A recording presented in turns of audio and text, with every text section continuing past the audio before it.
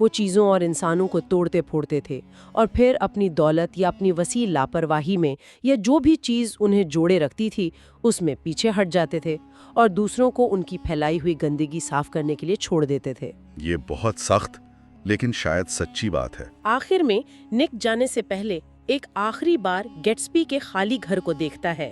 وہ ساحل پر بیٹھتا ہے اور اس پرانی دنیا کے بارے میں سوچتا ہے جب ڈچ جہازراں پہلی بار یہاں آئے ہوں گے اور انہوں نے اس نئی دنیا کو کیسی امیدوں سے دیکھا ہوگا۔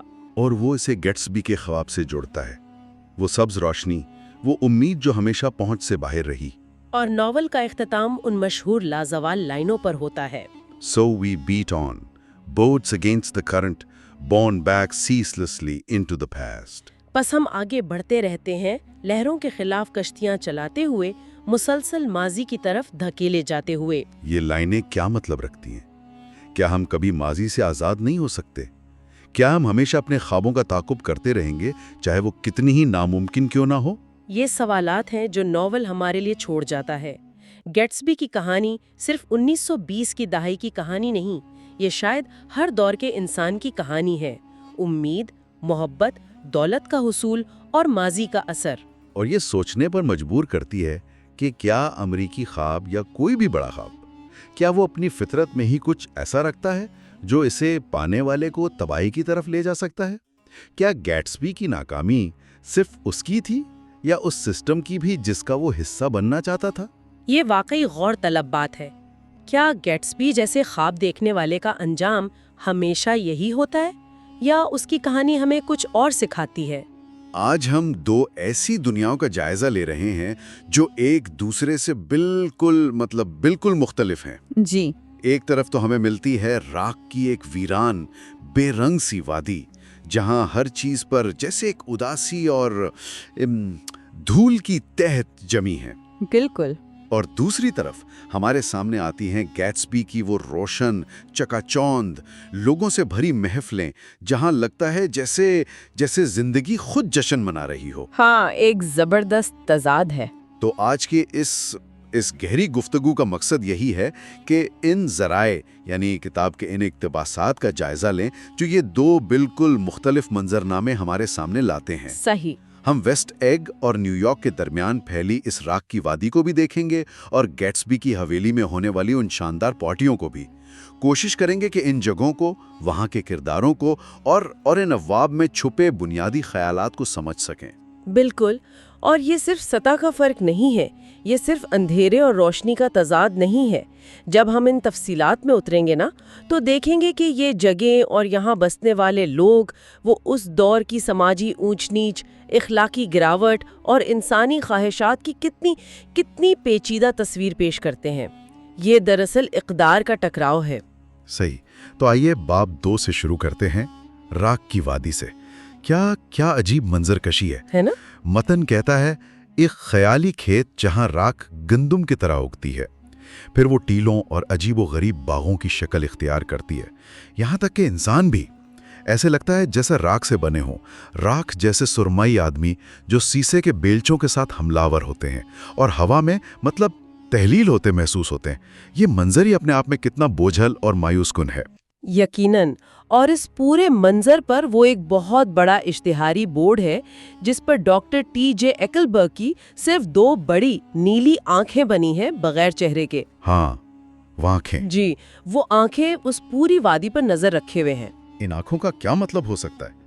یہ صرف ایک پرانا اشتہار ہے یا ان کا کوئی گہرا مطلب ہے؟ یہی تو دلچسپ بات ہے۔ دیکھیں، یہ صرف ایک جگہ نہیں، یہ ایک علامت ہے۔ یہ وادی ان امیر علاقوں جیسے ویسٹ ایگ اور ایسٹ ایگ کے بالکل قریب ہے، لیکن یہ ان کی چکا چوند کا بھلایا ہوا تاریک پہلو ہے۔ اچھا، یہ صنعتی ترقی کی قیمت ہے، وہ لوگ اور جگہیں جو پیچھے رہ گئیں۔ اور ایکلبرگ کی آنکھیں، ان کی کئی تشریحات ہو سکتی ہیں۔ کیا وہ خدا کی نمائندگی کرتی ہیں جو سب کچھ دیکھ رہا ہے لیکن خاموش ہے، یا وہ معاشرے کی بے حسی کی علامت ہے، مطلب جو اس بربادی کو دیکھتا ہے مگر نظر انداز کر دیتا ہے؟ یا شاید وہ صرف ایک خالی اشتہار ہیں جو اس جگہ کی روحانی اور مادی دونوں طرح کے خالی پن کو ظاہر کرتا ہے۔ بالکل، یہ بھی ممکن ہے۔ اہم نقطہ یہ ہے کہ وہ وہاں موجود ہے، مستقل طور پر دیکھ رہی ہیں، ایک ایسی دنیا پر جہاں لگتا ہے اخلاق معطل ہو چکی ہیں۔ تو کلیدی نقطہ یہ ہے کہ یہ وادی صرف صنعتی بربادی نہیں، بلکہ یہ اس چمکتی دنیا کی چھپی ہوئی قیمت ہے، وہ قیمت جو نظر انداز کر دی جاتی ہے۔ اور اسی وادی میں ہماری ملاقات ہوتی ہے جارج ولسن اور اس کی بیوی مرٹل سے۔ جی جارج ایک ناکام مکینک ہے، تھکا ہوا، بے بس سا، اور مرٹل وہ بالکل مختلف ہے، زندگی سے بھرپور لیکن اپنی زندگی سے سخت بیزار، کچھ بہتر کی تلاش میں بے چین۔ ہاں، ان دونوں میں زمین آسمان کا فرق ہے۔ راوی بتاتا ہے کہ کیسے ٹام بیوکینن، جو ایک امیر اور متکبر کردار ہے، اسے تقریباً زبردستی ٹرین سے اتار کر مرٹل سے ملواتا ہے۔ ولسن کا گیراج بھی اسی ویرانی کا حصہ ہے، اندر ایک پرانی فورڈ گاڑی کا دھول بھرا ڈھانچہ پڑا ہے۔ یہاں طاقت کا توازن فوراً نظر آ جاتا ہے۔ ٹام بیوکینن کا رویہ دیکھیں، وہ کتنا بے فکری اور تکبر سے راوی کو حکم دیتا ہے، اور پھر ولسن کے ساتھ اس کا برتاؤ، وہ ولسن کو تقریباً نظر انداز کرتا ہے نا؟ بالکل۔ اس سے گاڑی کے بارے میں بھی طنزیہ انداز میں بات کرتا ہے۔ ہاں، وہ کہتا ہے نا، میرا آدمی اس پر کام کر رہا ہے، کافی سست کام کرتا ہے نا، جیسے ولسن وہاں موجود ہی نہ ہو۔ بالکل، یہ صرف سماجی فرق نہیں دکھاتا، بلکہ ٹام کے کردار کی بے رحمی بھی ظاہر کرتا ہے۔ دوسری طرف مرٹل اس صورتحال میں ایک موقع دیکھتی ہے۔ ٹام کے ساتھ اس کا تعلق، وہ اس کی اپنی زندگی سے فرار کی ایک کوشش ہے۔ اچھا۔ وہ اس وادی سے، جارج کی بے بسی سے، اس غربت سے نکلنا چاہتی ہے۔ وہ ٹام کی دولت اور طاقت کی طرف کھنچتی ہے۔ جارج اس سارے معاملے میں ایک بے بس تماشائی لگتا ہے۔ پھر کہانی ہمیں نیو یارک شہر لے جاتی ہے، ایک اپارٹمنٹ میں جو ٹام نے مرٹل کے لیے چھپ کر رکھا ہوا ہے۔ جی، وہ خفیہ ٹھکانہ۔ وہاں کا ماحول بھی عجیب ہے، کمرہ بہت زیادہ فرنیچر سے بھرا ہوا ہے، اور وہ بھی کافی کیا کہتے ہیں، بے ڈھنگا اور دکھاوے والا۔ خاص طور پر وہ ٹیپیسٹری والے صوفے جن پر ورسائے کے باغات میں جھولتی خواتین کی تصاویریں بنی ہیں۔ ہاں، وہ فرنیچر خود مرٹل کی خواہشات کی عکاسی کرتا ہے۔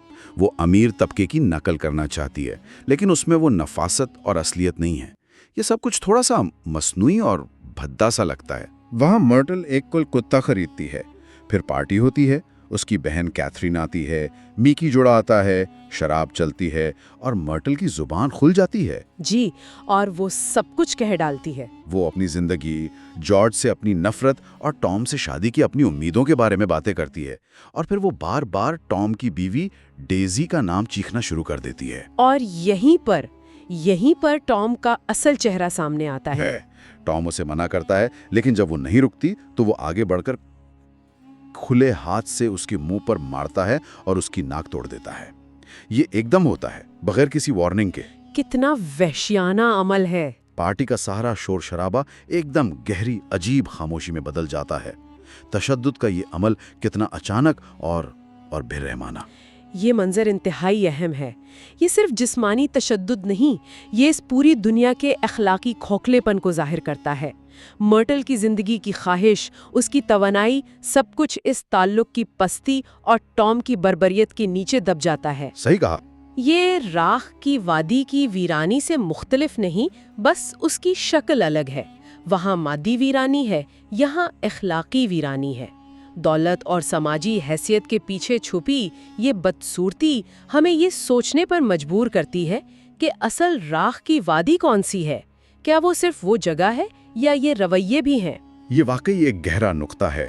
اچھا، تو اس ویرانی اور بے بسی کو ذہن میں رکھتے ہوئے آئیے اب بالکل دوسری انتہا کی طرف چلتے ہیں۔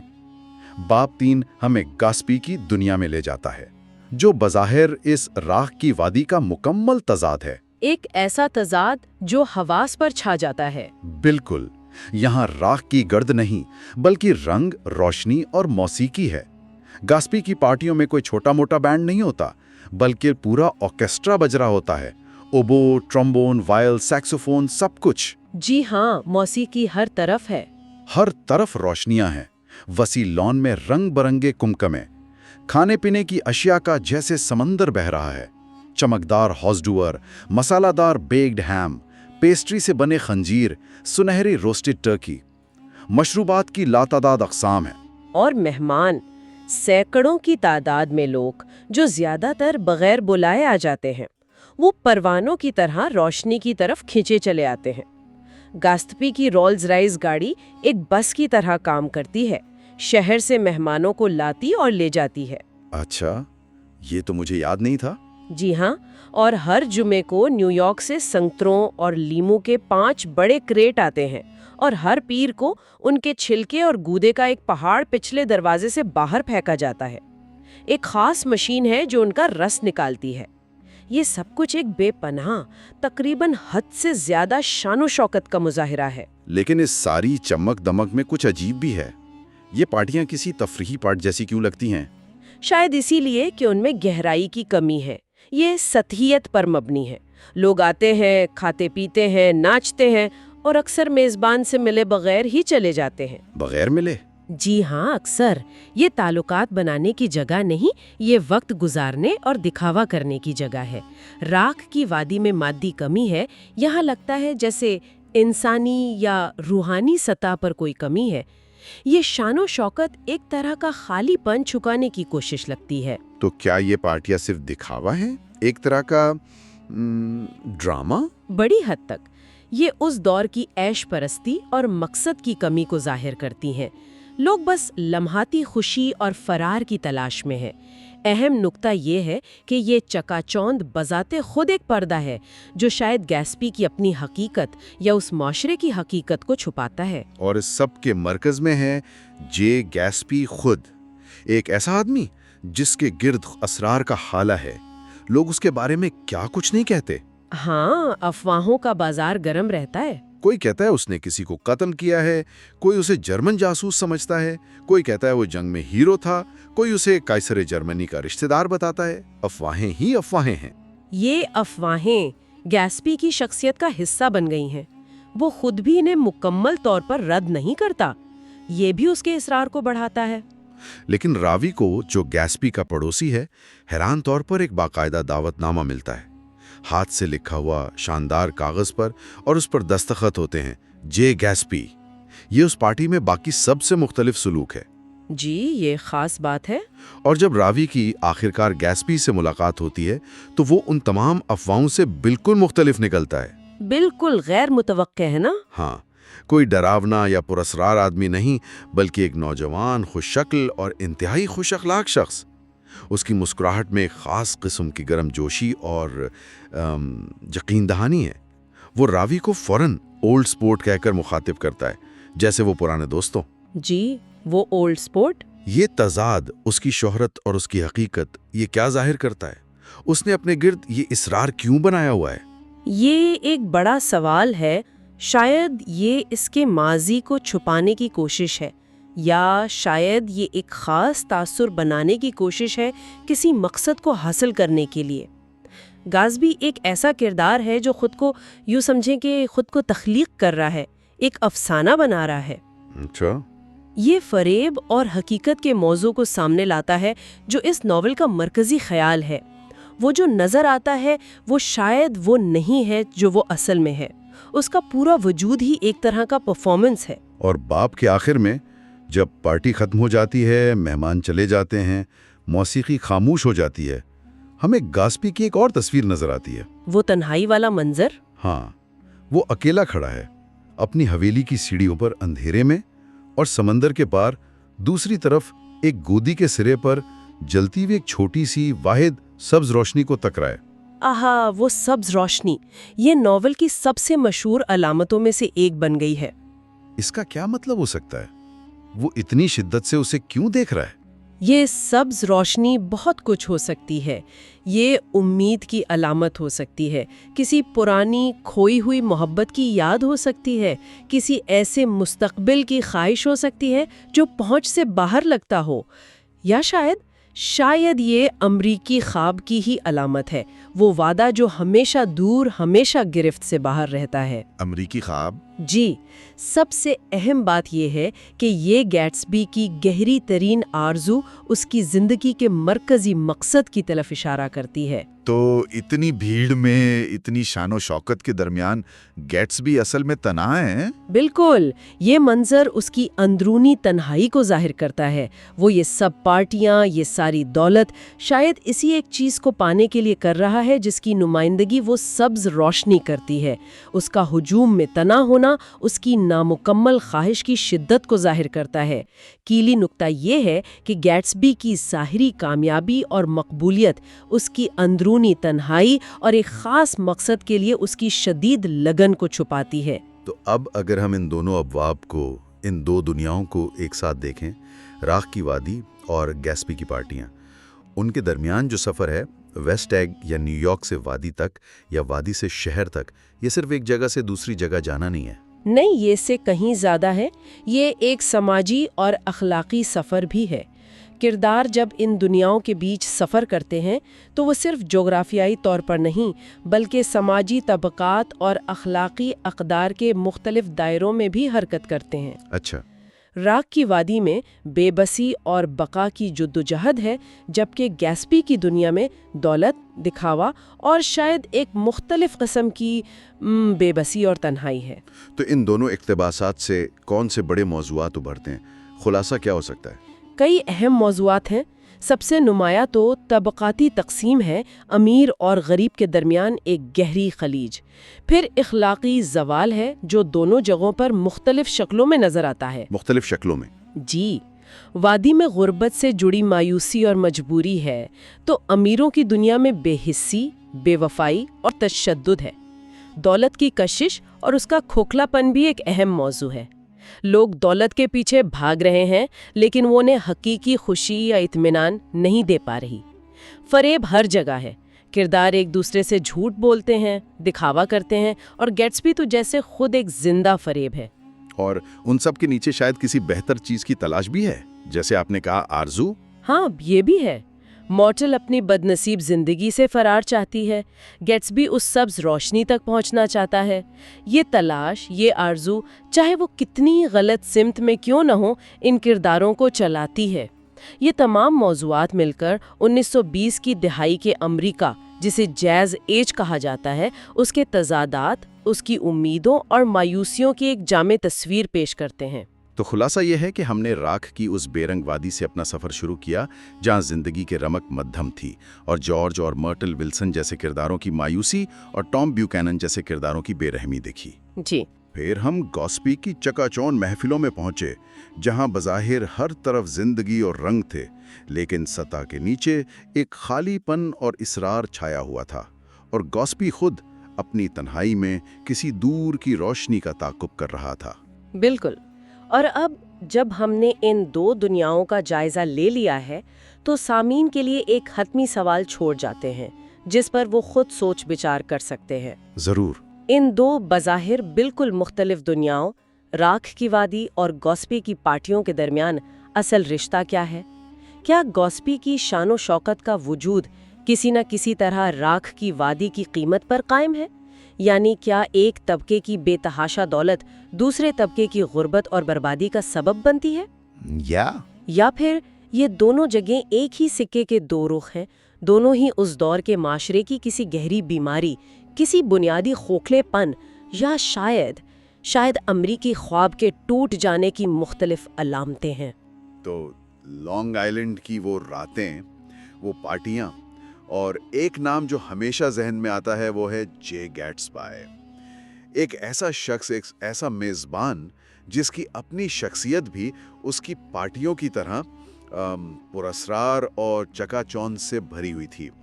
آج ہم اسی گیٹسبی کی دنیا میں تھوڑا اور گہرائی میں اتریں گے۔ جی بالکل، اور آج ہماری گفتگو کا محور ہوں گے ناول دی گریٹ گیٹسبی کے 3 بہت اہم ابواب، باب 4، 5 اور 6۔ یہ وہ حصے ہیں جہاں گیٹسبی کا جو بڑا خواب ہے نا، یعنی ڈیزی، اپنی کھوئی محبت کو واپس پانا، اس کی کوششیں، پھر وہ ملاقات، اور پھر کیسے وہ خواب اور گیٹسبی کی اپنی بنائی ہوئی شناخت، اس کے پیچھے کی حقیقت سامنے آتی ہے۔ بالکل۔ تو آج ہم یہی دیکھنے کی کوشش کریں گے کہ ان ابوابوں میں گیٹسبائی کی یہ جو احتیاط سے بنائی گئی شخصیت ہے وہ کیسے نظر آتی ہے۔ ڈیزی کے لیے اس کا خواب کتنا بڑا ہے اور شاید کتنا غیر حقیقی بھی۔ وہ ملاقات کیسی گزرتی ہے اور آخر میں یہ جو خواب اور حقیقت کا ٹکراؤ ہے وہ کیسے ہوتا ہے۔ اچھا، باب 4 کا آغاز ہی بڑا دلچسپ ہے۔ ایک تضاد ہے، گیٹسبائی کی پارٹیوں کی رونق اور پھر اگلی صبح کا سناٹا۔ ہاں، یہ تضاد یہ بہت اہم ہے۔ رات کو وہ میوزک، وہ کہے رنگین روشنیاں، سینکڑوں لوگ، اور صبح بس خاموشی، پھلوں کے چھلکے، سگریٹ کے ٹکڑے، ایک خالی پن۔ اور یہ شاید گیٹسبائی کی پوری زندگی کی طرح ہے نا؟ اوپر سے شان و شوکت، لیکن اندر شاید کچھ اور ہی ہے۔ اور پھر اسی باب میں گیٹسبائی خود آتا ہے نک سے ملنے، اپنی وہ مشہور پیلی یا کریمی رنگ کی گاڑی میں، سفید فلینن سوٹ، چاندی جیسی قمیض، سنہری ٹائی، بالکل ایک تصویر لگتا ہے۔ جی، اور وہیں سے وہ اپنی کہانی سنانا شروع کرتا ہے، جو اس کی شخصیت بنانے کا ایک بہت اہم حصہ ہے۔ وہ نک کو بتاتا ہے کہ وہ مڈ ویسٹ کے ایک بہت امیر خاندان سے ہے، والدین مر چکے ہیں، آکسفورڈ جانا تو خاندانی روایت تھی، اور یورپ میں تو جیسے راجہ بن کے رہا، جنگ لڑی، تمغے جیتے، اور کوشش کی کہ کسی گہرے دکھ کو بھلا سکے۔ ہاں، یہ کہانی سننے میں ہی تھوڑی ناقابل یقین سی لگتی ہے، خاص طور پر جب وہ ثبوت دیتا ہے، مونٹینیگرو کا وہ تمغہ، آکسفورڈ کی تصویر۔ نک کو بھی شک ہوتا ہے، ظاہر ہے، لیکن گیٹسبائی کا انداز وہ اتنا پر اعتماد ہوتا ہے کہ شک کرنا مشکل ہو جاتا ہے۔ دیکھیں نا، یہاں دلچسپ بات یہ ہے کہ یہ کہانی کتنی سوچی سمجھی ہے۔ یہ صرف ماضی بتانا نہیں ہے، یہ ایک نئی پہچان بنانے کی کوشش ہے، ایک ایسی پہچان جو ڈیزی جیسی سماجی حیثیت والی عورت کے لیے قابل قبول ہو۔ یہ ظاہر کرتا ہے کہ وہ کتنا چاہتا ہے کہ لوگ اسے اس طرح دیکھیں جیسا اس نے خود کو بنایا ہے، نہ کہ جیسا وہ اصل میں ہے۔ پھر اسی باب میں نک کی ملاقات ہوتی ہے میاں وولفشم سے۔ یہ گیٹسبائی کی دنیا کا ایک بالکل الگ، کچھ تاریک پہلو ہے، ایک مشکوک سا کردار جس کے کف لنکس وہ کہتے ہیں انسانی داڑھوں سے بنے، اور وہ فخر سے بتاتا ہے کہ 1919 کی ورلڈ سیریز اس نے فکس کی تھی۔ گیٹسبائی کا ایسے آدمی سے کیا تعلق؟ یہ کیا ظاہر کرتا ہے؟ یہ تعلق یہ بہت واضح اشارہ ہے کہ گیٹسبائی کی دولت شاید قانونی طریقوں سے نہیں آئی، کم از کم کچھ تو مشکوک ہے۔ وولفشم جیسے بندے سے دوستی یہ اس آکسفورڈ مین والی امیج سے تو بالکل میل نہیں کھاتی جو وہ بنانے کی کوشش کر رہا ہے، تو یہ اس کی شخصیت کے تضادات کو اور گہرا کر دیتا ہے۔ ایک طرف اتنی دولت، اتنی شان و شوکت، دوسری طرف پیسہ کمانے کے یہ مشکوک راستے۔ اور شاید اسی وجہ سے جب اچانک ٹام بیوکینن سامنے آ جاتا ہے تو گیٹسبائی وہ ایک دم گھبرا جاتا ہے۔ وہ آدمی جو اتنی بڑی پارٹیاں اتنے اعتماد سے کرتا ہے، وہ ڈیزی کے امیر، سماجی طور پر طاقتور شوہر کے سامنے بالکل بے بس لگتا ہے اور فوراً نکل جاتا ہے وہاں سے۔ ہاں، وہ گھبراہٹ صرف ٹام کی سماجی حیثیت کی وجہ سے نہیں ہے، اصل میں ٹام اس حقیقت کی علامت ہے جو گیٹسبی کے خواب کے راستے میں کھڑی ہے۔ وہ ڈیزی کا شوہر ہے۔ ٹام کو دیکھ کر گیٹسبی کو اپنی حیثیت اور اپنے خواب کی نزاکت کا احساس ہوتا ہے۔ اس واقعے کے بعد پھر شام کو جارڈن بیکر وہ کہانی سناتی ہے جو گیٹسبی کے سارے رویے، اس کی پراسراریت کا راز کھول دیتی ہے۔ وہ نک کو بتاتی ہے کہ 5 سال پہلے لوئی ویل میں ڈیزی فے اور ایک نوجوان غریب فوجی افسر جے گیٹسبی، ان کے درمیان گہری محبت تھی۔ جی، جارڈن بتاتی ہے کہ وہ دونوں ایک دوسرے کے لیے بالکل دیوانے تھے، لیکن پھر گیٹسبی جنگ پر چلا گیا اور ڈیزی جو اپنے حلقے میں بہت مقبول تھی، اس نے گھر والوں اور سماج کے دباؤ میں آ کر امیر ٹام بیوکینن سے شادی کر لی۔ جارڈن ایک بہت اہم بات بھی بتاتی ہے کہ شادی سے ایک رات پہلے ڈیزی وہ نشے میں تھی، ہاتھ میں گیٹسبی کا خط تھا اور وہ موتیوں کا ہار پھینک کر کہہ رہی تھی کہ اس نے ارادہ بدل لیا ہے، لیکن خیر اگلی صبح وہ ٹھیک تھی اور اس نے ٹام سے شادی کر لی۔ یہ پس منظر جاننا بہت ضروری ہے، اسی سے گیٹسبائی کے آج کے کام سمجھ میں آتے ہیں۔ اس کا ویسٹ ایگ میں بالکل خلیج کے پار ڈیزی کے گھر کے سامنے اتنا بڑا محل خریدنا، یہ لامتناہی پارٹیاں کرنا، یہ سب بے مقصد نہیں تھا، یہ سب ڈیزی کو متوجہ کرنے کے لیے تھا، اس کی توجہ حاصل کرنے کے لیے، شاید اسے دکھانے کے لیے کہ دیکھو میں اب تمہارے قابل ہو گیا ہوں۔ اور پھر جارڈن کے ذریعے گیٹسبائی کی وہ درخواست سامنے آتی ہے جو اس سارے پلان کا مرکز ہے کہ نک ڈیزی کو اپنے گھر چائے پر بلائے تاکہ گیٹسبائی وہاں اچانک آ سکے اور ڈیزی سے 5 سال بعد پہلی بار ملے۔ نک خود بھی حیران رہ جاتا ہے کہ کوئی آدمی اپنی پوری زندگی، اپنی ساری دولت صرف ایک لمحے کو دوبارہ بنانے، ایک پرانی محبت کو پانے کے لیے لگا سکتا ہے۔ ہاں، یہ گیٹسبائی کے خواب کی شدت کو ظاہر کرتا ہے۔ یہ صرف ڈیزی کو پانا نہیں ہے، یہ شاید وقت کو پیچھے موڑنا ہے، ماضی کی اس تصویر کو دوبارہ زندہ کرنا ہے جو اس کے ذہن میں ہے۔ اب باب 5 ہمیں اس ملاقات والے دن پر لے جاتا ہے۔ ملاقات کا دن جیسے جیسے قریب آتا ہے گیٹسبی کی بے چینی بڑھتی جاتی ہے۔ وہ رات کو اپنا پورا گھر روشنیوں سے سجا دیتا ہے جیسے کوئی جشن ہو، پر اندر کوئی نہیں ہوتا۔ وہ نک کے لان کی گھاس کٹواتا ہے، اس کے چھوٹے سے گھر کو پھولوں سے بھر دیتا ہے۔ ہر چیز پرفیکٹ ہونی چاہیے۔ اور جب ملاقات کا وقت آتا ہے تو بارش ہو رہی ہوتی ہے، موسم بھی جیسے ماحول کی ٹینشن بتا رہا ہو۔ گیٹسبی پھر وہی سفید سوٹ، چاندی کی قمیض، سنہری ٹائی میں ہے، لیکن اس بار اس کا رنگ اڑا ہوا ہے۔ وہ نروس ہے، بہت بے چین۔ شروع کے لمحات تو بہت ہی عجیب ہیں۔ خاموشی ہے، تینوں کو سمجھ نہیں آ رہا کیا بولیں۔ گیٹسبی اتنا گھبرایا ہوا ہے کہ وہ نک کے مینٹل پیس پر رکھی ایک پرانی گھڑی کو ٹکر مار کے تقریباً گرائے دیتا ہے۔ یہ گھڑی والا واقعہ، یہ ایک بہت طاقتور علامت ہے۔ یہ وقت کو قابو کرنے کی گیٹسبی کی خواہش، ماضی کو حال میں لانے کی کوشش اور اس لمحے کی نزاکت، اس کی اہمیت کو ظاہر کرتا ہے۔ وہ جیسے وقت کو روکنا چاہتا ہے یا پیچھے لے جانا چاہتا ہے۔ نک انہیں اکیلا چھوڑ کر تھوڑی دیر کے لیے باہر چلا جاتا ہے۔ جب وہ واپس آتا ہے تو کمرے کا ماحول بالکل بدل چکا ہوتا ہے۔ ڈیزی رو رہی ہے، اس کے گال آنسوؤں سے بھیگے ہیں مگر آنکھوں میں ایک چمک ہے، اور گیٹسبائی جو پہلے پیلا اور پریشان تھا اب خوشی سے چمک رہا ہے جیسے ہوا میں اڑ رہا ہو۔ وہ دونوں آہستہ آہستہ باتیں کر رہے ہیں۔ اس جذباتی لمحے کے بعد گیٹسبائی انہیں اپنے محل کی سیر کرواتا ہے۔ یہ صرف گھر دکھانا نہیں ہے، یہ اپنی کامیابی، اپنی دولت، اپنا مقام دکھانا ہے۔ وہ مقام جو اس نے صرف ڈیزی کو واپس پانے کے لیے حاصل کیا ہے۔ وہ ایک ایک کمرہ دکھاتا ہے، ہر قیمتی چیز، اپنا بڑا سا باغ۔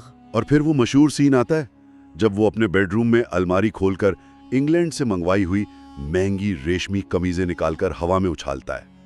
رنگ برنگی نفیس قمیضیں، اور یہ دیکھ کر ڈیزی اچانک وہ اپنا چہرہ قمیضوں میں چھپا کر پھوٹ پھوٹ کر رونے لگتی ہے۔ وہ کہتی ہے یہ اتنی خوبصورت قمیضیں ہیں، مجھے دکھ ہو رہا ہے کیونکہ میں نے پہلے کبھی اتنی خوبصورت قمیضیں نہیں دیکھی۔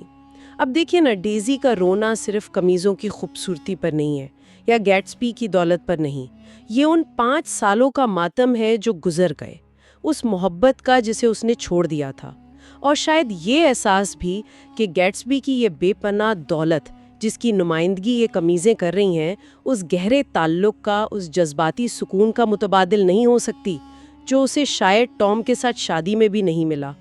یہ دولت ایک خول ہے، خوبصورت مگر شاید اس کے لیے اندر سے کھوکھلا۔ بعد میں وہ کھڑکی سے خلیج کے پار ڈیزی کے گھر کی وہ سبز روشنی دیکھتے ہیں، وہی روشنی جسے گیٹسبائی اتنی راتوں سے اکیلے دیکھتا رہا تھا۔ نک کو محسوس ہوتا ہے کہ اب ڈیزی کی موجودگی میں اس روشنی کا جادو، اس کا وہ پراسرار مطلب کچھ کم ہو گیا ہے۔ یہ لمحہ ہے جب خواب حقیقت سے ٹکراتا ہے۔ گیٹسبائی کو وہ مل گیا جس کا وہ برسوں سے انتظار کر رہا تھا۔ ڈیزی اس کے پاس ہے، اس کے گھر میں، لیکن کیا یہ حقیقت ویسی ہی ہے جیسا تصور اس نے اپنے ذہن میں بنایا تھا؟ سبز روشنی کی اہمیت کا کم ہونا یہ اسی طرف اشارہ کرتا ہے کہ جب خواب حقیقت بنتا ہے تو اس کی کچھ چمک وہ ماند پڑ جاتی ہے۔ اچھا، اس ملاقات کے بعد باب 6 آتا ہے اور یہاں ہمیں گیٹسبائی کی شخصیت کے نقاب کے پیچھے جھانکنے کا موقع ملتا ہے۔ ایک رپورٹر آتا ہے اس کی اصلیت جاننے، اور نک ہمیں بتاتا ہے کہ گیٹسبائی کا اصل نام جیمز گیٹس تھا اور وہ نارتھ ڈوکوٹا کے غریب کسانوں کا بیٹا تھا۔ 17 سال کی عمر میں جیمز گیٹس کی ملاقات ہوئی ڈین کوڈی سے، ایک کروڑ پتی مہم جو آدمی۔ اسی وقت اس نے اپنا نام بدل کر جے گیٹسبائی رکھ لیا۔ گویا یہ اس کی نئی خود بنائی زندگی کا آغاز تھا۔ اس نے 5 سال کوڈی کے ساتھ گزارے، اس کے سیکرٹری، مینیجر، ساتھی کے طور پر، اور اس دوران امیروں کے طور طریقے سیکھے، ان کی زبان، ان کی دنیا کو قریب سے دیکھا۔ کوڈی اس کے لیے باپ جیسا تھا اور مرتے ہوئے اس کے لیے $25,000 چھوڑ گیا، لیکن کوڈی کی جو معشوقہ تھی ایلا کے، اس نے قانونی چالوں سے گیٹس بائی کو وراثت سے محروم کر دیا، اور اس واقعے نے گیٹس بائی کے ارادے کو اور پکا کر دیا کہ وہ دولت ضرور حاصل کرے گا، چاہے جیسے بھی ہو۔ اور اس طرح جے گیٹس بائی کی شخصیت، جو دولت، کامیابی اور ایک خاص قسم کی رومانوی خواہش کی علامت تھی، وہ جیمز گیٹس کی غریب، غیر اہم اصلیت پر پوری طرح حاوی ہو گئی۔ اس کی ہر کوشش، اس کا ہر کام، بشمول وہ مشکوک طریقوں سے کمائی دولت اور وہ شاہانہ پارٹیاں، سب کا مقصد صرف ایک تھا: ڈیزی کو واپس پانا اور اس ماضی کو دوبارہ بنانا جب وہ اس سے محبت کرتی تھی۔ لیکن اسی باب میں حقیقت اس کے خوابوں کی دنیا میں آنا شروع کرتی ہے۔ ایک دوپہر ٹام بیوکینن اپنے 2 امیر دوستوں کے ساتھ گھوڑوں پر گیٹس بائی کے گھر آ جاتا ہے، اور ٹام کا رویہ وہ بہت متکبرانہ، بہت تحقیر آمیز ہے۔ وہ گیٹس بائی کو نیا امیر سمجھ کر اس کا مذاق اڑاتا ہے، اس کی مہمان نوازی پر طنز کرتا ہے۔ یہاں پرانے امیر یعنی ٹام جیسے لوگ جو نسلوں سے امیر ہیں، اور نئے امیر یعنی گیٹس بائی جیسے لوگ جنہوں نے خود دولت بنائی ہے، ان کے درمیان وہ جو سماجی فرق ہے، وہ ٹینشن ہے، وہ صاف نظر آتی ہے۔ ٹام گیٹس بائی کو نیچا دکھانے کی کوشش کرتا ہے، اس کی دولت کے ذرائع پر شک کرتا ہے۔ گیٹس بائی پریشان تو ہوتا ہے اس رویے سے، لیکن وہ پھر بھی ٹام اور اس کے دوستوں کو اپنی اگلی پارٹی میں بلاتا ہے، شاید اس امید پر کہ ڈیزی بھی آئے گی، اور وہ آتی ہے۔ ٹام اور ڈیزی دونوں اس پارٹی میں آتے ہیں، لیکن یہ پارٹی گیٹس بائی کی امیدوں کے بالکل الٹ ثابت ہوتی ہے۔ ڈیزی پوری شام بے چین رہتی ہے، ناخوش، کھوئی کھوئی سی۔ اسے پارٹی کی وہ چکا چوند، وہ ہجوم، شاید اس کا وہ مصنوعی پن، وہ پسند نہیں آتا۔ وہ اس دنیا میں خود کو بالکل اجنبی محسوس کرتی ہے جو گیٹس بائی نے خاص اسی کے لیے بنائی تھی۔ اور ٹام، وہ تو کھلے عام مہمانوں کو بوٹ لیگرز اور نئے امیروں کا ہجوم کہہ کر حقارت دکھاتا ہے۔ پارٹی کے بعد گیٹس بائی بہت مایوس ہے۔ وہ نک سے پوچھتا ہے، کیا ڈیزی کو پارٹی اچھی نہیں لگی؟ نک ہچکچاتے ہوئے سچ بتا دیتا ہے کہ شاید نہیں۔ پھر نک گیٹس بائی کو سمجھانے کی کوشش کرتا ہے کہ وہ ماضی کو نہیں دہرا سکتا۔ اور یہاں گیٹسبی وہ مشہور، وہ تقریباً افسانوی جملہ کہتا ہے، ماضی کو دہرا نہیں سکتے۔ کیوں نہیں، بالکل دہرا سکتے ہیں۔ Can't repeat the past? Why, of course you can. یہ جملہ، یہ گیٹسبی کے کردار، اس کے خواب اور اس کی آنے والی ٹریجڈی، اس سب کی چابی ہے۔ وہ واقعی یقین رکھتا ہے کہ وہ وقت کو پیچھے موڑ سکتا ہے، کہ وہ اور ڈیزی بالکل وہیں پہنچ سکتے ہیں جہاں وہ 5 سال پہلے لوئی ویل میں تھے۔ وہ سمجھتا ہے کہ اس کی دولت، اس کی محبت، یہ ناممکن کو ممکن بنا دے گی۔ لیکن یہی اس کے خواب کی سب سے بڑی کمزوری ہے، اور یہی اس کی ٹریجڈی ہے۔ وہ یہ نہیں سمجھ پا رہا کہ 5 سال بہت لمبا عرصہ ہوتا ہے، لوگ بدل جاتے ہیں، حالات بدل جاتے ہیں۔ ڈیزی اب وہ نوجوان لڑکی نہیں رہی، اور وہ خود بھی وہ غریب فوجی آفیسر نہیں رہا۔ ماضی کی یادیں جتنی بھی خوبصورت ہوں، انہیں ویسے کا ویسا دوبارہ زندہ نہیں کیا جا سکتا۔ نک کو یہ احساس ہے، مگر گیٹس بائی وہ اپنی ضد پر قائم ہے۔ باب کا اختتام بھی بڑا پر اثر ہے۔ پارٹی ختم ہو گئی ہے، مہمان چلے گئے ہیں، گھر میں اندھیرا ہے، خاموشی ہے۔ گیٹس بائی اکیلا باہر کھڑا ہے۔ اس کی نظریں شاید اب بھی خلیج کے پار ڈیزی کے گھر کی طرف ہیں۔ اس کا خواب، وہ اب بھی اس کی آنکھوں میں روشن ہے، لیکن حقیقت کی دراڑیں وہ گہری ہوتی جا رہی ہیں۔ نک کو بھی محسوس ہوتا ہے کہ کچھ بدل گیا ہے، کچھ ہاتھ سے نکل رہا ہے۔ گیٹس بائی کی ملاقات ڈیزی سے ہو تو گئی ہے، لیکن کیا اس ملاقات نے اس کے خواب کو حقیقت کے قریب کیا ہے، یا اسے اور بھی نازک اور ناقابل حصول بنا دیا ہے؟ تو خلاصہ یہ ہے کہ ان 3 ابواب میں ہم نے گیٹس بائی کی یہ جو بنائی ہوئی شناخت ہے اس کو دیکھا، اس کے عظیم رومانوی خواب کو دیکھا جس کی وجہ سے وہ ملاقات ہوئی، پھر اس کے اصلی غیر متاثر کن ماضی کا انکشاف ہوا، اور یہ بڑھتا ہوا احساس کہ ماضی کو کم از کم ویسے تو نہیں لایا جا سکتا جیسے گیٹس بائی چاہتا ہے۔ جو امریکن ڈریم کا تصور ہے، ان جیسے بہت گہرے موضوعات کو چھیڑتے ہیں۔ گیٹسبائی کی کہانی ہمیں مجبور کرتی ہے کہ ہم ان سوالات پر سوچیں۔ اور جاتے جاتے سامعین کے لیے ایک سوال چھوڑ جاتے ہیں، کیا کوئی ایسا خواب جو پوری طرح ماضی کو دوبارہ پانے کی شدت خواہش پر بنا ہو، کیا وہ حال کی ٹھوس حقیقتوں سے ٹکرا کر کبھی زندہ رہ سکتا ہے؟ یا پھر کیا گیٹسبائی کی طرح اصل چیز منزل نہیں بلکہ اس خواب کا تعاقب بھی ہے؟ کیا اس کوشش کی شدت، اس کی خوبصورتی ہی سب کچھ ہے، چاہے انجام ناکامی ہو یا مایوسی؟ میرا خیال ہے یہی وہ سوال ہے جو گیٹسبائی کی کہانی کو آج بھی اتنا اہم اور پر اثر بناتا ہے۔ تو آج ہم گمشدہ خواب اور عالمیہ کے دو، آپ کہہ سکتی ہیں، فیصلہ کن ابواب پر بات کر رہے ہیں، باب 7 اور 8۔ یہ وہ جگہ ہے جہاں کہانی ایک نیا رخ اختیار کرتی ہے۔ جی بالکل، یہ اصل میں کہانی کا کلائمیکس اور پھر اینٹی کلائمیکس دونوں ہیں۔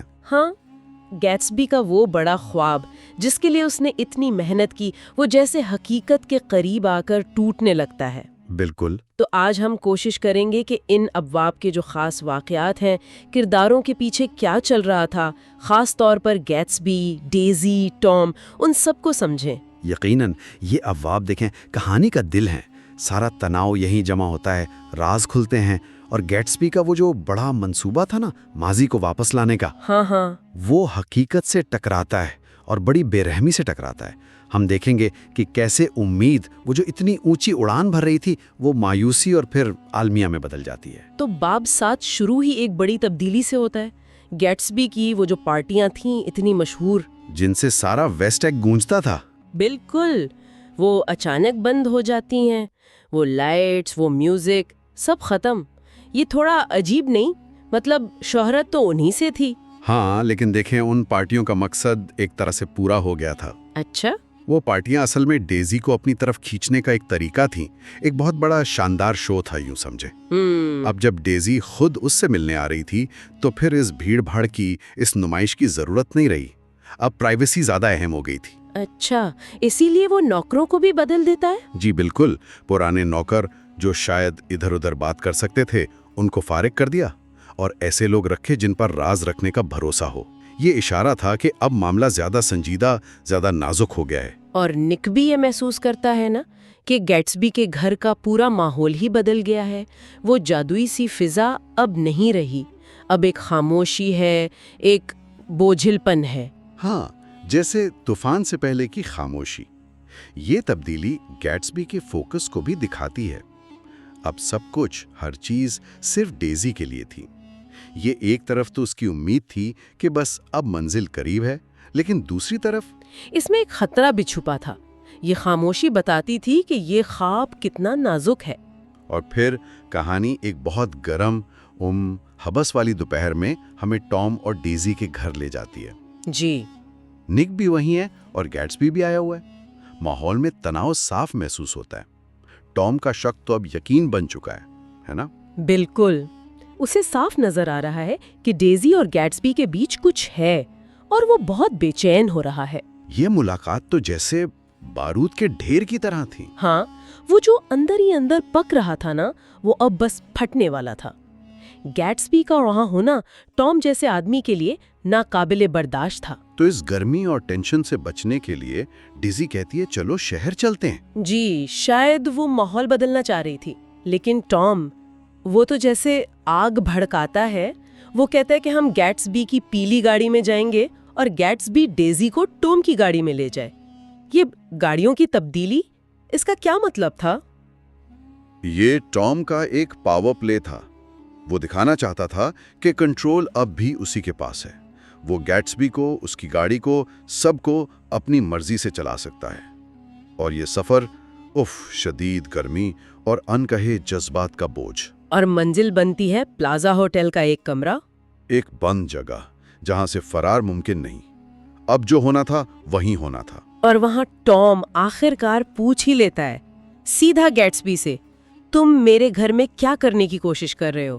اور گیٹسبی، وہ تو جیسے اسی لمحے کا انتظار کر رہا تھا، پورے اعتماد سے جواب دیتا ہے۔ کہتا ہے تمہاری بیوی تم سے پیار نہیں کرتی، کبھی نہیں کرتی تھی، وہ مجھ سے پیار کرتی ہے۔ جی، اور پھر وہ بات کہ اس نے تم سے شادی صرف اس لیے کی کیونکہ میں غریب تھا اور وہ میرا انتظار نہیں کر سکی۔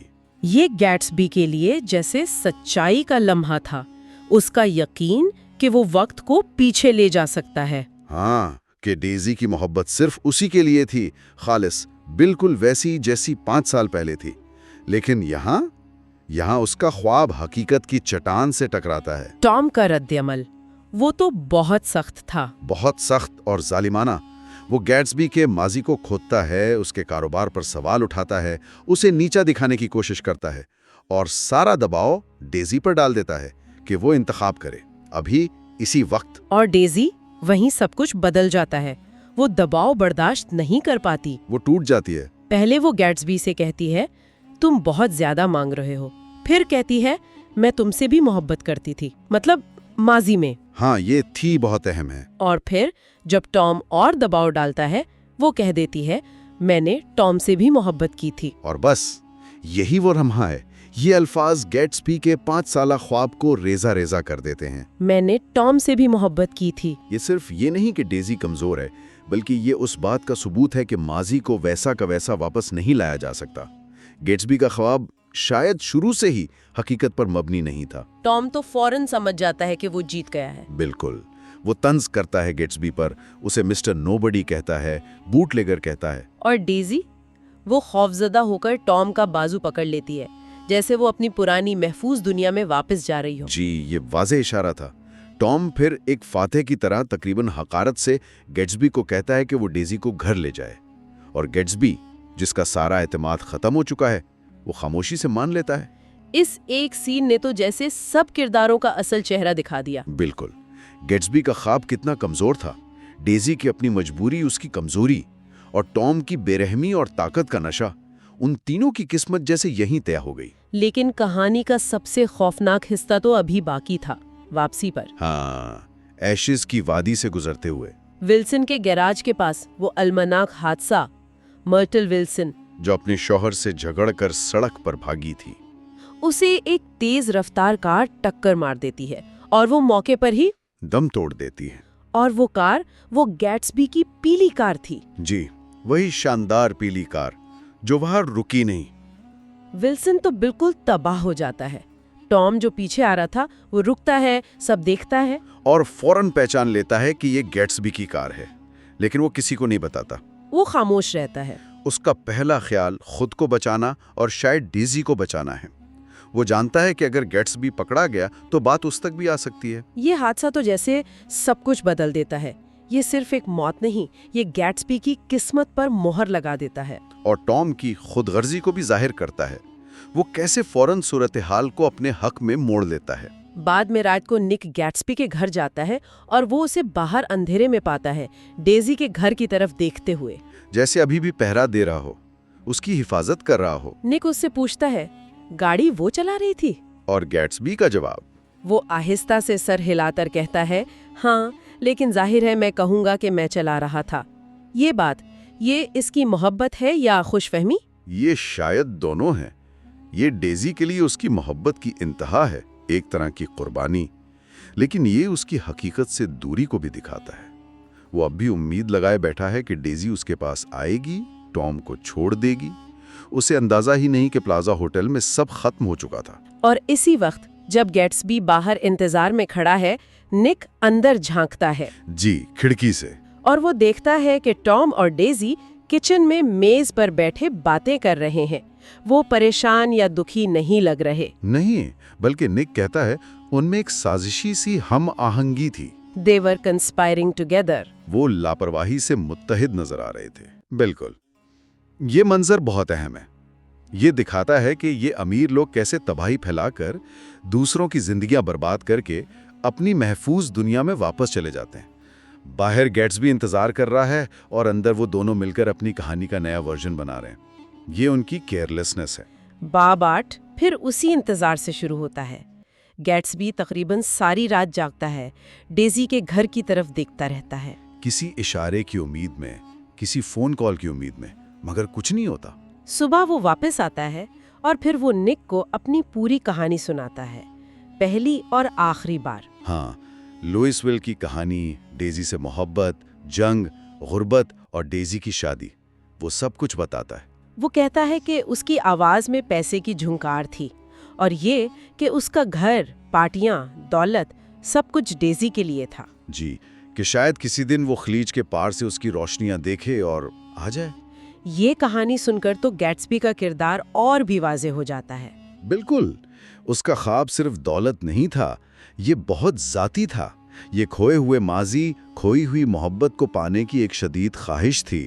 لیکن اب یہ کہانی سناتے ہوئے بھی اس میں ایک شکست کا احساس ہے، جیسے وہ جانتا ہے کہ یہ خواب مر چکا ہے۔ نک، جو اب سب سمجھ چکا ہے، وہ اسے کہتا ہے کہ یہاں سے چلے جاؤ، پولیس تمہیں ڈھونڈ لے گی۔ جی، کار کی وجہ سے۔ مگر گیٹسبی انکار کر دیتا ہے، کہتا ہے میں ڈیزی کے پیغام کا انتظار کروں گا۔ یہ اس کی آخری بے بسی والی امید تھی۔ نک جب جانے لگتا ہے تو مڑ کر گیٹسبی سے وہ بات کہتا ہے جو شاید گیٹسبی کے لیے سب سے بڑی سچائی تھی۔ There are rotten crowd. You're worth the whole damn bunch put together. وہ سب گھٹیا لوگ ہیں، تم اکیلے ان سب سے زیادہ قابل قدر ہو۔ یہ نک کا فیصلہ ہے۔ وہ جو زیادہ تر غیر جانبدار رہا، اب صاف صاف بتا رہا ہے کہ اخلاقی طور پر کون کہاں کھڑا ہے۔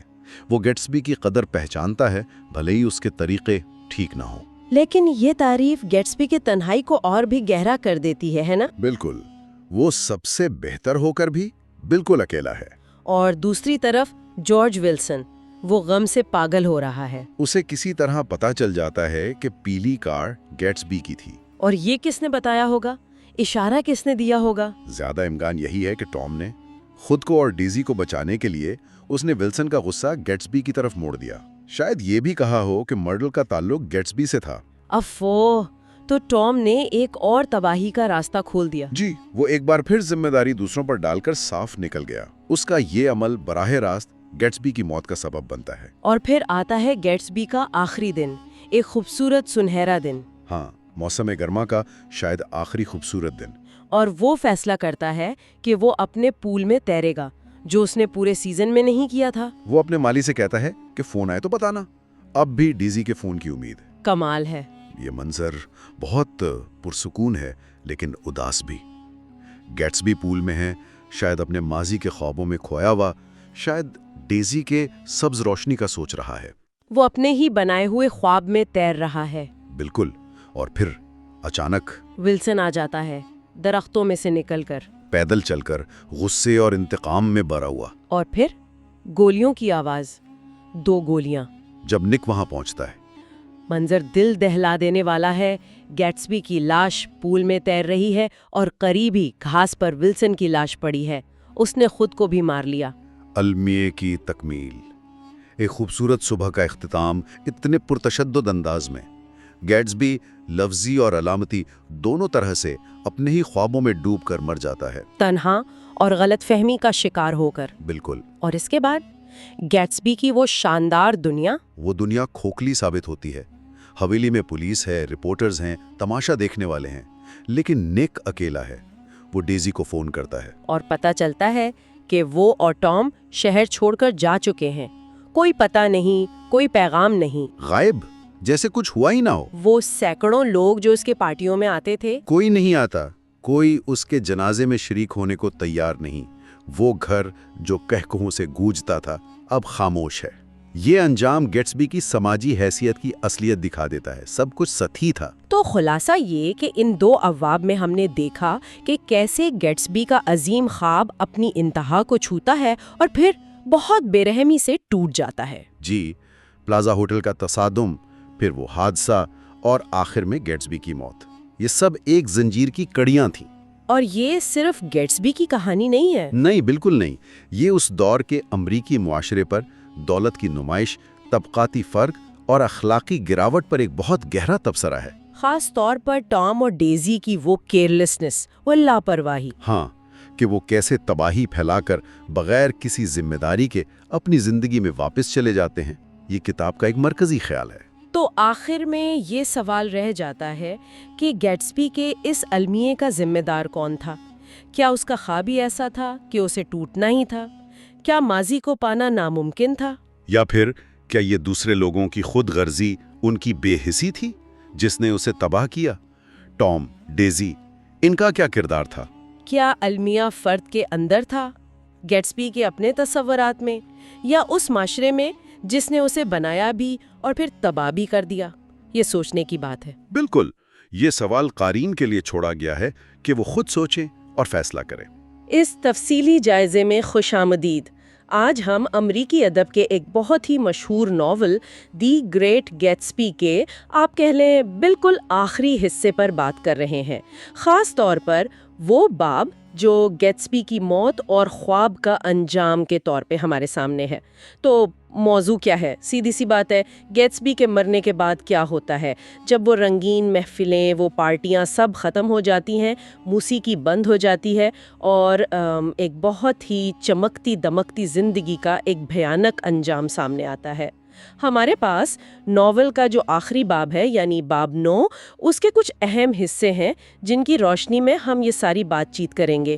ہمارا مقصد یہ ہے کہ گیٹسبی کی موت کے جو اثرات ہیں ان کو سمجھیں، دیکھیں کہ اس کے آس پاس کے لوگ، خاص طور پر وہ امیر طبقہ جس کا وہ حصہ بننا چاہتا تھا، ان کا رد عمل کیا ہوتا ہے، اور سب سے اہم بات نک کیروے جو ہمارا راوی ہے وہ اس پوری کہانی سے، اس المیے سے کیا مطلب نکالتا ہے، کیا سیکھتا ہے۔ ہم تنہائی، بے حسی، لاپرواہی اور خوابوں کی جو ایک عجیب سی کشش ہوتی ہے ان موضوعات پہ بات کریں گے۔ بالکل، اور دیکھیں یہ صرف کہانی کا اختتام نہیں ہے، یہ ایک طرح سے پورے ناول کا نچوڑ ہے۔ یہاں آ کر وہ سارے پردے ہٹ جاتے ہیں جو شان و شوکت اور دولت نے ڈال رکھے تھے۔ ہمیں نہ صرف گیٹسبی کی ذاتی ناکامی نظر آتی ہے بلکہ اس معاشرے کا کھوکھلا پن بھی بالکل واضح ہو جاتا ہے۔ امیروں کی وہ بے فکری، وہ لاپرواہی جو دوسروں کی زندگیوں کو رونتی ہوئی گزر جاتی ہے وہ سامنے آتی ہے، اور ایک ایسے خواب کا تعاقب جس کی تعبیر شاید ممکن ہی نہیں تھی۔ تو ہاں، یہ اختتام قاری کو بہت سے سوالات کے ساتھ چھوڑ جاتا ہے۔ تو آئیے پہلے قدم سے شروع کرتے ہیں، گیٹسبی کی موت کے فوراً بعد کا منظر۔ ایک عجیب سا سناٹا ہے نا؟ بہت عجیب۔ وہ گھر جو کبھی نیو یارک کی سب سے مشہور پارٹیوں کا مرکز تھا، اب وہاں موت جیسی خاموشی ہے۔ نک کیروے جو خود کو گیٹسبی کا شاید واحد سچا دوست سمجھتا ہے، وہ اس سارے معاملے میں بالکل اکیلا رہ جاتا ہے۔ گیٹسبی کی لاش ہے، اس کا وہ ویران محل جیسا گھر، اور وہ ساری یادیں جو اب ایک بھیانک خواب جیسی لگتی ہیں۔ اور سب سے تکلیف دہ بات شاید یہ ہے کہ جیسے ہی گیٹسبی مرا، وہ سب لوگ غائب ہو گئے جو اس کی زندگی میں، اس کی پارٹیوں میں مہمان بنتے تھے۔ کوئی فون کال نہیں آتی، کوئی نہیں پوچھتا، کوئی تعزیت نہیں، کوئی نہیں پوچھتا کہ کیا ہوا۔ وہ بھیڑ جو اس کی پارٹیوں میں آتی تھی، اس کے سوئمنگ پول میں نہاتی تھی، اس کے باغوں میں گھومتی تھی، وہ سب جیسے کبھی تھے ہی نہیں۔ اور سب سے آپ کہیں کڑوا سچ، نک بار بار ڈیزی کو فون کرنے کی کوشش کرتا ہے، وہی ڈیزی جس کی محبت میں گیٹسبی نے یہ سب کیا تھا، جس کی گودی پر جلنے والی وہ سبز روشنی اس کا محور تھی۔ مگر ڈیزی اور اس کا شوہر ٹام، وہ تو بغیر کوئی پتہ بتائے شہر چھوڑ کر جا چکے ہیں۔ مکمل خاموشی۔ جی، اور یہ خاموشی اور لوگوں کا یوں غائب ہو جانا یہ صرف افسوسناک نہیں ہے، یہ اس سماجی دائرے کی، اس سوسائٹی کی حقیقت کو بالکل کھول کر رکھ دیتا ہے۔ یہ تعلقات، یہ دوستیاں سب کتنی سطحی تھیں، وقتی تھیں، مفاد پر مبنی تھی۔ گیٹسبی کی حیثیت بس ایک میزبان کی تھی، ایک شو چلانے والے کی۔ شو ختم ہوا تو کردار بھی غائب ہو گئے۔ یہ بات اس وقت اور زیادہ واضح ہوتی ہے جب نک میئر وولفشیم سے رابطہ کرتا ہے۔ وہ گیٹسبی کا بزنس پارٹنر تھا، ایک طرح سے اس کا مینٹور بھی سمجھا جاتا تھا۔ وولفشیم صاف انکار کر دیتا ہے کہ وہ کسی بھی طرح اس معاملے میں پڑے گا۔ اس کا فلسفہ بہت ہی سرد اور عملی ہے کہ دوستی زندہ لوگوں سے نبھانی چاہیے، مرنے کے بعد بات ختم۔ ہاں، let us learn to show our friendship for a man when he is alive and not after he is dead۔ وہ کہتا ہے مطلب جب آدمی مر گیا تو بات ختم۔ اور یہ انکار اور یہ جو عمومی بے حسی ہے، یہ نک کو توڑ کر رکھ دیتی ہے۔ اسے احساس ہوتا ہے کہ گیٹسبی نے جس خواب کے لیے اپنی پوری زندگی، اپنی پوری شناخت، سب کچھ داؤ پر لگا دیا، وہ خواب صرف اسی کا تھا۔ کوئی اور اس میں شریک نہیں تھا، کوئی اور اس پر اصل میں یقین نہیں رکھتا تھا۔ وہ اپنی شان و شوکت کے عروج پر بھی شاید اتنا ہی تنہا تھا جتنا اپنی موت کے وقت۔ یہ احساس بہت گہرا ہے کہ آپ ایک ایسی دنیا کے لیے لڑتے مریں جو آپ کے جانے کے بعد ایک لمحے کو بھی نہیں رکتی۔ اور یہ تنہائی، یہ جنازے والے دن تو جیسے اپنے عروج پر پہنچ جاتی ہے۔ نک بیچارہ اکیلے ہی سارے انتظامات کرتا ہے۔ وہ ہر اس شخص کو فون کرتا ہے جس کا نام گیٹسبی کی باتوں میں کبھی آیا ہو یا جو اس کی پارٹیوں میں نظر آیا ہو۔ وہ چاہتا ہے کہ گیٹسبی کو عزت کے ساتھ رخصت کیا جائے، کہ کوئی تو ہو جو اسے یاد کرے، لیکن نتیجہ انتہائی مایوس کن۔ جنازے کے دن قبرستان میں صرف مٹھی بھر لوگ ہیں۔ نک خود، گیٹسبی کے چند وفادار ملازم اور وہ ایک غیر متوقع مہمان۔ ہاں، اور ایک غیر متوقع مہمان، گیٹسبی کے بوڑھے والد ہنری سی گیٹس، جو منیسوٹا کے ایک دور دراز قصبے سے اپنے بیٹے کی موت کی خبر سن کر پہنچے ہیں۔ بس اتنی بڑی زندگی، اتنی شان و شوکت اور اتنا مختصر سا انجام۔ مسٹر گیٹس کا کردار یہاں بہت دلچسپ ہے۔ وہ غمزدہ ہیں ظاہر ہے، لیکن ساتھ ہی ان میں ایک عجیب سا فخر بھی ہے۔ وہ نک کو اپنے بیٹے کی جوانی کی ایک ڈائری دکھاتے ہیں جس میں گیٹسبی نے اپنا ایک بہت سخت شیڈیول بنا رکھا تھا کہ اس وقت اٹھنا ہے، کیا ورزش کرنی ہے، کیسے اپنی شخصیت کو بہتر بنانا ہے۔ وہ نک کو گیٹسبی کے گھر کی تصویر بھی دکھاتے ہیں اور کہتے ہیں جمی ہمیشہ ایسٹ میں رہنا زیادہ پسند کرتا تھا، وہ دیکھو کیسے اوپر اٹھا ہے۔ ان کے لیے گیٹسبی ایک کامیاب بیٹا ہے جس نے غربت سے نکل کر بڑا مقام حاصل کیا۔ وہ اس کامیابی کے پیچھے کی کہانی، اس کی قیمت، اس سے شاید بالکل ناواقف ہیں۔ بالکل، اور یہی وہ تضاد ہے جو دل کو چھو لیتا ہے۔ ایک طرف باپ کا یہ سادہ سا غیر متزلزل یقین ہے کہ اس کا بیٹا کامیاب ہو گیا، وہ اس کی دولت کو، اس کے گھر کو، اس کی عظمت کی نشانی سمجھ رہے ہیں۔ دوسری طرف نک ہے جو خاموشی سے یہ سب سن رہا ہے اور جانتا ہے کہ یہ کامیابی ایک سراب تھی، ایک ایسے خواب کا نتیجہ تھی جو ڈیزی کی شکل میں اس کے لیے سب کچھ تھا، مگر حقیقت میں بہت کھوکھلا تھا۔ یہ چھوٹا سا ویرانہ جنازہ گیٹسبی کی ساری زندگی کی حقیقت بیان کر دیتا ہے۔ باہر سے اتنی چکا چوند، اتنا شور، مگر اندر سے بالکل خالی۔ اور یہ سوال پیدا ہوتا ہے کہ کامیابی اصل میں ہے کیا؟ کیا دولت اور شہرت ہی سب کچھ ہے، یا حقیقی انسانی تعلقات اور اندرونی سکون زیادہ اہم ہے؟ گیٹسبی کی کہانی اس سوال کا جواب نفی میں دیتی نظر آتی ہے۔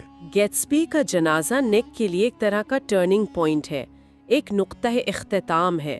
اس تجربے کے بعد نیو یارک شہر جو کبھی اسے موقع اور چمک دمک کا مرکز لگتا تھا، اب اپنی ساری کشش کھو دیتا ہے۔ اسے ہر طرف، خاص طور پر امیر طبقے میں، ایک اخلاقی گراوٹ، ایک بے حسی نظر آتی ہے۔ اس سے وہ ویسٹ ایگ اور ایسٹ ایگ کی دنیا، وہ دولت مند لوگ اب کھوکھلے اور خطرناک لگتے ہیں۔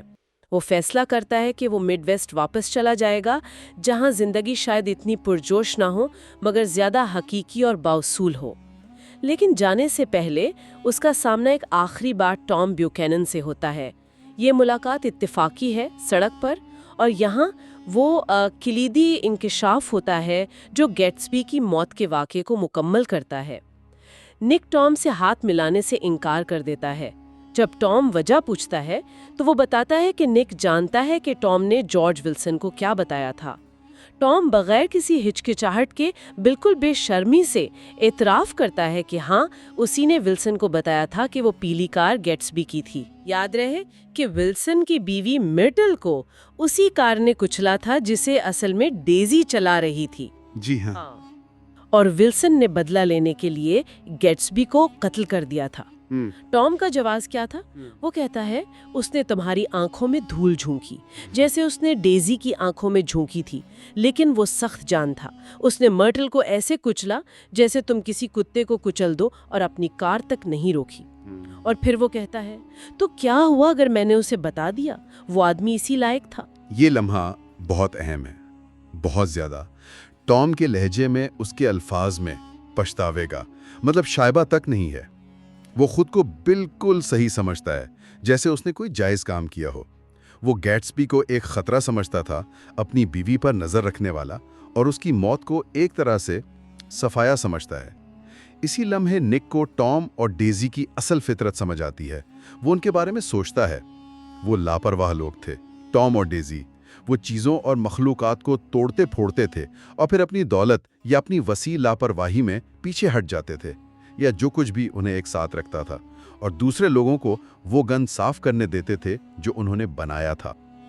یہ ناول کی شاید سب سے مشہور اور طاقتور سطروں میں سے ہیں۔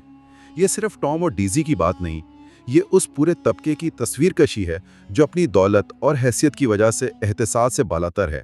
وہ تباہی پھیلاتے ہیں اور پھر اپنی محفوظ دنیا میں واپس چلے جاتے ہیں، جبکہ نقصان دوسروں کو اٹھانا پڑتا ہے، جیسے گیٹسبی، ولسن اور میٹل۔ یہ واقعی ایک تباہ کن تصویر ہے۔ ایسا لگتا ہے کہ ان لوگوں کے لیے دوسروں کی زندگیاں بس راستے میں آنے والی معمولی رکاوٹیں ہیں جنہیں وہ ہٹا کر آگے بڑھ جاتے ہیں۔ ان کا پیسہ ہی ان کا سب سے بڑا بچاؤ ہے۔ اس انکشاف کے بعد نک کا نیو یارک اور ایسٹ سے دل پوری طرح اچاٹ ہو جاتا ہے۔ جانے سے پہلے ایک آخری منظر ہے، بہت اہم۔ نک رات کے وقت گیٹسبی کے خالی ویران گھر جاتا ہے۔ خزاں کی رات ہے، چاندنی پھیلی ہوئی ہے۔ وہ ساحل پر جاتا ہے، اسی جگہ جہاں گیٹسبی کھڑے ہو کر سمندر پار ڈیزی کی گودی پر جلتی سبز روشنی کو تکتا رہتا تھا۔ اب وہاں کوئی روشنی نہیں، کوئی امید نہیں، صرف خاموشی اور ماضی کی یادیں۔ ہوا میں ٹھنڈے پتوں اور راکھ کی بو ہے۔ یہ منظر بہت بہت علامتی ہے۔ بالکل، یہ سبز روشنی، جیسا آپ نے کہا، پورے ناول میں گیٹسبی کے خواب کی علامت رہی ہے۔ یہ صرف ڈیزی کی محبت نہیں تھی، بلکہ کھوئے ہوئے ماضی کو واپس پانے کی خواہش تھی، ایک مثالی مستقبل کی امید تھی، اور شاید یہ امریکی خواب کا وہ ورژن تھا جس پر گیٹسبی یقین رکھتا تھا کہ محنت، دولت اور ارادے سے آپ کچھ بھی حاصل کر سکتے ہیں، یہاں تک کہ وقت کو بھی پیچھے موڑ سکتے ہیں۔ نک وہاں کھڑے ہو کر اس جزیرے کے بارے میں سوچتا ہے جب پہلی بار ولندیزی جہازرانوں نے اسے دیکھا ہوگا، ایک نئی، نامعلوم دنیا، وعدوں سے بھری ہوئی۔ گیٹسبی کا خواب بھی کچھ ویسا ہی تھا، ایک ذاتی نئی دنیا بنانے کی کوشش۔ لیکن نک کو یہ بھی احساس ہوتا ہے کہ یہ خواب کتنا ناپائیدار تھا اور ماضی کو پکڑنے کی کوشش کتنی بے سود ہو سکتی ہے۔ وہ گیٹسبی کے بارے میں سوچتا ہے اور اس کی وہ لازوال امید۔ یہیں وہ مشہور زمانہ اختتامی سطور آتی ہیں۔ گیٹسبی سبز روشنی پر یقین رکھتا تھا، وہ مسحور کن مستقبل جو سال بسال ہم سے دور ہوتا جاتا ہے۔ یہ تب ہم سے چھوٹ گیا، لیکن کوئی بات نہیں، کل ہم تیز دوڑیں گے، اپنے بازو اور پھیلائیں گے، اور ایک اچھی صبح۔ یہاں ایک امید جھلکتی ہے کہ شاید کل ہم کامیاب ہو جائیں گے۔ ہاں، لیکن پھر وہ آخری فیصلہ کن جملہ آتا ہے، "So we beat on, boats against the current, borne back ceaselessly into the past." یعنی اس طرح ہم آگے بڑھتے رہتے ہیں، کشتیاں لہروں کے خلاف مسلسل ماضی کی طرف دھکیلے جاتے ہیں۔ یہ سطریں ادب کی تاریخ میں سب سے زیادہ زیر بحث آنے والی سطروں میں سے ہیں۔ ان کا کیا مطلب ہے؟ کیا یہ مکمل مایوسی ہے کہ ہماری تمام تر کوششوں کے باوجود ہم ماضی کے قیدی ہیں اور آگے نہیں بڑھ سکتے؟ یا اس میں جد و جہد کی عظمت چھپی ہے کہ انسان کی فطرت ہی یہی ہے کہ وہ لہروں کے خلاف کشتی چلاتا رہے، آگے بڑھنے کی کوشش کرتا رہے، چاہے نتیجہ کچھ بھی ہو، چاہے سمت ماضی کی طرف ہی کیوں نہ ہو۔ یہ بھامی شاید اس کا حسن ہے۔ یہ بے وقت امریکی خواب پر تنقید بھی ہے اور انسانی عزم کا ایک طرح سے اعتراف بھی۔ تو اگر ہم ان سب کو سمیٹیں، ان آخری ابواب کے اقتباسات سے ہم نے کیا اہم باتیں سمجھیں؟ میرے خیال میں سب سے نمایاں تو یہی ہے کہ ظاہری شان و شوکت اور دولت کے پیچھے اکثر ایک گہرا خالی پن چھپا ہوتا ہے۔ گیٹسبی کی زندگی اس کی بہترین مثال ہے۔ بالکل، اور دوسری اہم بات وہ تباہ کن لاپرواہی ہے جو بے حساب دولت اور سماجی حیثیت کے ساتھ آ سکتی ہے۔ ٹام اور ڈیزی جیسے کردار یہ دکھاتے ہیں کہ کیسے کچھ لوگ بغیر کسی ذمہ داری یا پچھتاوے کے دوسروں کی زندگیاں تباہ کر سکتے ہیں، اور یہ صرف ان کی ذاتی خامی نہیں، یہ ایک پورے سماجی طبقے پر تبصرہ ہے۔ تیسرا نقطہ شاید گیٹسبی کے خواب کی نوعیت ہے۔ یہ ایک بہت بڑا پرجوش خواب تھا، لیکن یہ تنہا تھا اور شاید شروع سے ہی ناممکن بھی تھا۔ یہ ماضی پر مبنی تھا، اور جیسا کہ ہم نے دیکھا، ماضی کو دوبارہ زندہ نہیں کیا جا سکتا۔ یہ امریکی خواب کے تصور پر بھی ایک سوالیہ نشان ہے۔ کیا یہ خواب سب کے لیے ہے، اور کیا اس کا تعاقب ہمیشہ مثبت ہوتا ہے؟ صحیح، اور آخری بات جو ان آخری سطروں سے نکلتی ہے وہ انسانی جدوجہد کی فطرت ہے۔ کیا ہم واقعی ترقی کر سکتے ہیں، یا ہم ہمیشہ اپنے ماضی، اپنی تاریخ، اپنی یادوں سے بندھے رہتے ہیں؟ ناول اس کا کوئی آسان جواب نہیں دیتا، یہ ہمیں سوچنے پر مجبور کرتا ہے کہ کیا یہ مسلسل کوشش، یہ لہروں کے خلاف کشتی چلانا بذات خود ہی زندگی کا مقصد ہے، چاہے منزل ہمیشہ پیچھے کی طرف ہی کیوں نہ کھسکتی رہے۔